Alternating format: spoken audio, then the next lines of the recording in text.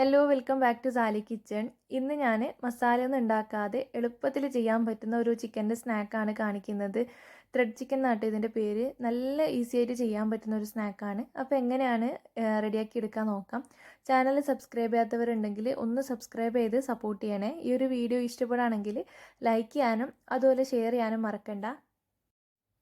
അപ്പോൾ ആദ്യം തന്നെ മിക്സിയുടെ ചെറിയ ജാറുണ്ടല്ലോ, അതിലേക്ക് ഒരു ചെറിയ സവാള കട്ട് ചെയ്തത്, ഒരു 3-4 അല്ലി വെളുത്തുള്ളി, പിന്നെ അതുപോലെ തന്നെ ഒരു ചെറിയ തക്കാളി കട്ട് ചെയ്തത്,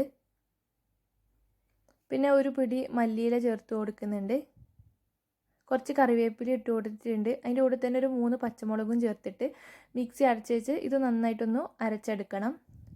അപ്പോൾ അരച്ചെടുത്ത ഒരു പേസ്റ്റ് ഒരു ബൗളിലേക്ക് മാറ്റുന്നുണ്ട്. ഇതിലേക്ക് ആവശ്യത്തിനുള്ള ഉപ്പും പിന്നെ ഒരു അര നാരങ്ങ പിഴിഞ്ഞിട്ട് അതിൻ്റെ നീരും കൂടി ചേർത്ത് കൊടുക്കുക. ഒരു അര ടീസ്പൂൺ കുരുമുളക് പൊടിയും കൂടി ചേർത്തിട്ട് നല്ല പോലെ ഒന്ന് മിക്സാക്കി എടുക്കുന്നുണ്ട്.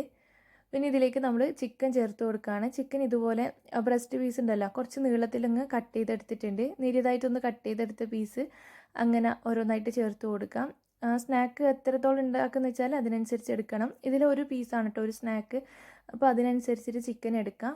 പിന്നെ ഒരു ടേബിൾ സ്പൂൺ മൈദപ്പൊടിയും കൂടി ചേർത്ത് കൊടുത്തിട്ട് നല്ലപോലെ ഒന്ന് മിക്സാക്കി കൊടുത്തിട്ട് ഇതൊരു 10 മിനിറ്റോളം നമ്മളൊന്ന് ഫ്രിഡ്ജിലേക്ക് മാറ്റുന്നുണ്ട്. മാരിനേറ്റ് ചെയ്തിട്ട് ഒരു 10 മിനിറ്റ് ഫ്രിഡ്ജിലേക്ക് വെക്കുക. ഈ ഒരു സ്നാക്കിന് വേണ്ടിയിട്ട് നമുക്ക് സമൂസ ഷീറ്റ്സ് ആവശ്യമുണ്ട്. ഒരു 5ഓളം സമൂസ ഷീറ്റ്സ് വേണം. അത് ഇതുപോലെ ഒന്ന് നീളത്തിൽ കട്ട് ചെയ്തെടുക്കുന്നുണ്ട്. ഈ ഒരു ഷീറ്റ് കയ്യിലില്ലാത്തവർ നമ്മൾ സാധാ ഇറച്ചിയൊക്കെ ഉണ്ടാക്കുന്ന സമയത്ത് മൈദ വെച്ച് പരത്തിയിട്ട് ചെയ്യാറുണ്ടല്ലോ, അതൊന്ന് ചൂടാക്കിയിട്ട് ഇതുപോലെ ഒന്ന് ചെറുതായിട്ട് മുറിച്ചെടുത്താൽ മതി.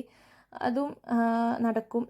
ഒന്ന് ചൂടാക്കി എടുക്കണം, എന്നിട്ട് മുറിച്ചെടുക്കണം. ഇതുപോലെ ത്രെഡ് പോലെ ഇങ്ങനെ നീളത്തിൽ കട്ട് ചെയ്തെടുക്കുക. അപ്പോൾ ഇത് വെച്ചിട്ടാട്ടോ നമ്മൾ ഈ ഒരു സ്നാക്ക് റെഡിയാക്കി എടുക്കുന്നത്. ഇതാണ് അതിൻ്റെ ഒരു കോട്ടിംഗ് ആയിട്ട് കൊടുക്കുന്നത്. ഇതിലേക്ക് ഒരു പീസ് ചിക്കൻ വെച്ച് കൊടുത്തിട്ട് ഒന്ന് കവർ ചെയ്ത് കൈ വെച്ച് നന്നായിട്ട് ഒന്ന് പ്രസ് ചെയ്ത് കൊടുക്കുക. അപ്പോൾ ആ ഒരു കിട്ടുന്ന ഷേപ്പ് ഉണ്ടല്ലോ, അതാണ് ഈ ഒരു സ്നാക്കിന് ഷേപ്പായിട്ട് വരുന്നത്. മസാല ഉണ്ടാക്കേണ്ട പണിയോ ഒന്നുമില്ല. ഇങ്ങനെ തന്നെ ഓരോ പീസ് ചിക്കൻ എടുത്തിട്ട് ഇതിൽ കവർ ചെയ്യുക, എന്നിട്ട് പ്രസ് ചെയ്തിട്ട് ആ ഒരു ഷേപ്പാക്കി എടുക്കുക. ഒരു മിഠായിലൊക്കെ ആ ഒരു ഷേപ്പിലാണ് കിട്ടുക. അതിന് ശേഷം ഫ്രൈ ചെയ്തെടുക്കുക. ഇത് കുക്കാവാത്ത ചിക്കൻ ആയതുകൊണ്ട് കുറച്ച് സമയമാവും ഫ്രൈ ആക്കി എടുക്കാൻ വേണ്ടിയിട്ട്. ലോ ടു മീഡിയത്തിൽ വെച്ചിട്ട് ഫ്രൈ ചെയ്തെടുത്താൽ മതി. പുറത്ത് നല്ല ഒരു ഷീറ്റ് ആയതുകൊണ്ട് നല്ല ക്രിസ്പി ആയിരിക്കും ഈ ഒരു സ്നാക്ക് കഴിക്കുന്ന സമയത്ത്. പിന്നെ മാരിനേറ്റ് ചെയ്ത് വെച്ച ചിക്കനല്ലേ, അപ്പോൾ അതിൻ്റെ ആ ഒരു ടേസ്റ്റും ഉണ്ടാവും. ഒരു വെറൈറ്റി ആയിട്ടുള്ള ടേസ്റ്റ് ആട്ടോ.